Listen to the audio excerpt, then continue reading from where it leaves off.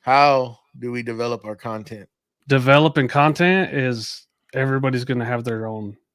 I kind of have a thing now where I know what I'm going to do. I go into it like just like you said earlier. I know if this video is going to be a voiceover or if it's going to be a music video or I'm going to just talk as I go. I need to know that before I start. And you need to tell a story, and it needs to be start to finish. Don't be incomplete because you're gonna learn real quick that something that I might understand very easily, Matt might not, unless it has to do with airflow or math. He's going to understand the crap out of it. But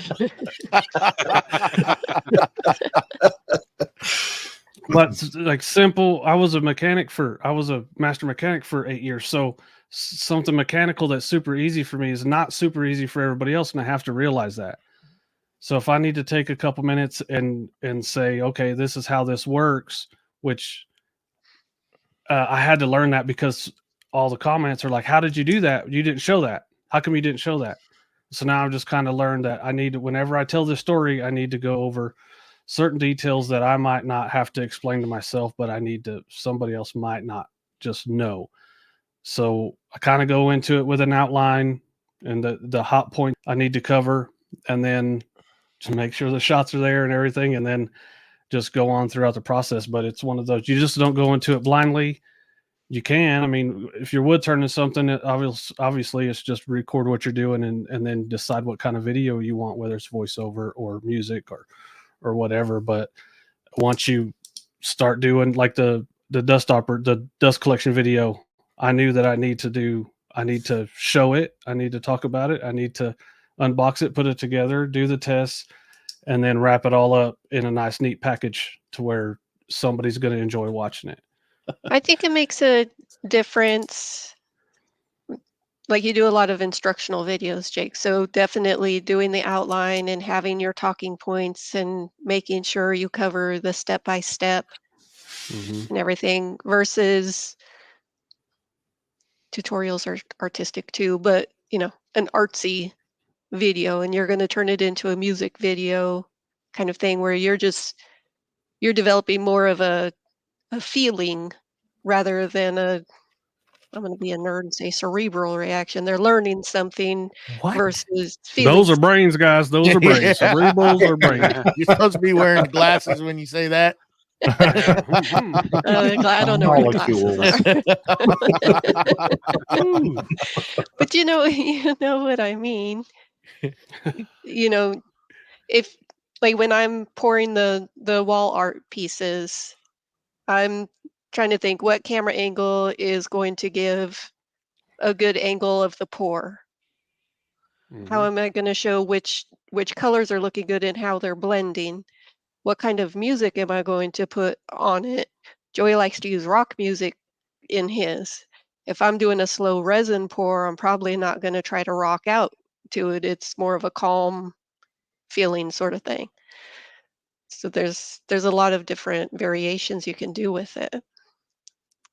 Yeah, I mean, I've started now to where I'm trying to make myself maybe not a script, but I've listened to some other things here lately where it's like kind of like what Bear Paws is saying. I'm gonna just because it just I was gonna talk about that anyways, but like making a storyboard, figuring out Mhm.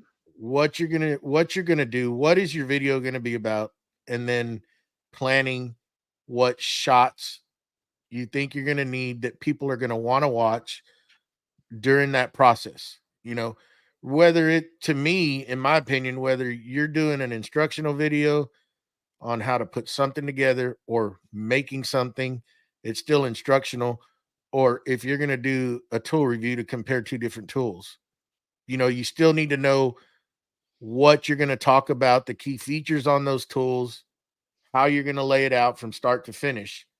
That way, when you're going to set your cameras up, where you're going to put them at, so you're not having to move them so much. If you can try to get an idea, you can position those cameras and you're not having to stop and move around and do that, because that consumes a lot of time and it just makes things go a lot longer, and you can probably do that process a lot easier, because I still cut out a lot of I think there's StreamYard just did it for you. yeah, Yeah, they Yeah. did it. did. Yeah.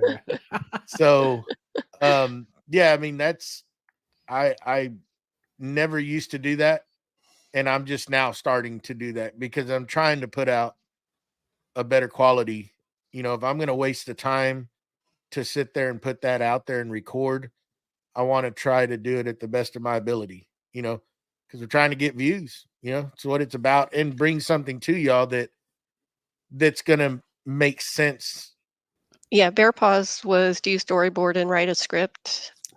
Yesterday for cartoons, me and Jamie sat down. We have our secretary made us a form that we fill out, and it's just a rough outline, and it's better than trying to memorize something or whatever. So we do it. We sat down. Probably takes us 10 minutes to do it. What's the first project? Who's the shout out? Who's the guess whose art? What's the next project? What color is the eye candy thing? All of that gets done. Boom, and then we're done. So I kind of take the same approach with a video too. I don't go through a whole script. I just kind of outline, and I do keywords and things I for sure want to hit, and then that's it. Because I don't want it to feel like I'm reading or I had something memorized or it's not normal. So you need, because that's just weird too. If they feel like you're reading from something or whatever, but then on the flip side of that, I say there's a bunch of and everything, so you will get good at editing out and getting that stuff out of there. But just as far as scripts go, I can't do a whole script, but I definitely do an outline for every video. Yeah. So I don't script at all, because I'll be doing a lot like that. But I think the only time I've ever storyboarded as such as when I did the lathe overview. And I basically just got a whiteboard and wrote down a few features of the lathe, and just put that behind the camera. So when I was reading it out, I could basically say, okay, it's got this, and just so I knew not to miss anything as I was going down the list. Yeah,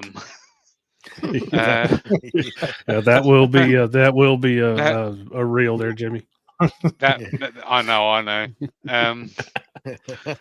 But when we get to actually making the videos, I know exactly kind of what I'm going to do, and I mean I've turned enough things over the years, and because I'm limited to space in my workshop, I know exactly where the camera is going to go or where it can go. All I really know is I haven't done a scroll saw project for a long time, but I usually record every single part of that and then just cut out what I don't want in the editor. And when it comes to turning, I usually record every single part of that, except for usually 240 and 120 grit sandpaper. And that's about it, really. I usually record every single part of that and then just cut out the bits that I don't want. I have to have an outline. I've tried. The last video I just did was without an outline, and it turned out not very good. But I have to.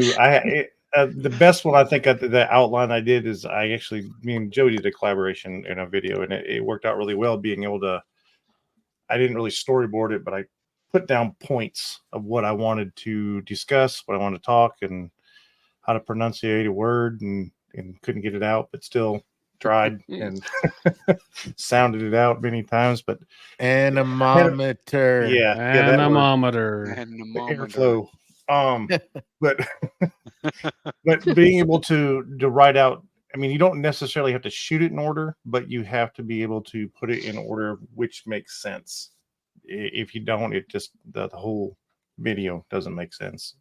So I have to do somewhat of a storyboard. It's not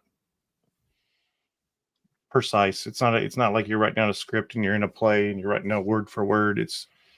But being able to articulate it back to people in a way that they can understand it. Like Jake said, sometimes I use more technical stuff and maybe dumbing it down would be, and that's a bad word to say, but it's not dumbing it down. It's making it more common to understand. There you go. There you go. Seems Comprehensive. like Good word. is now the word of the day. That's right. You lose, Yeah. Dan. Yeah. Can make it one But of I those did it on games. purpose. It don't matter. You still lost. It don't matter. Yeah. I'm okay with Yeah. that.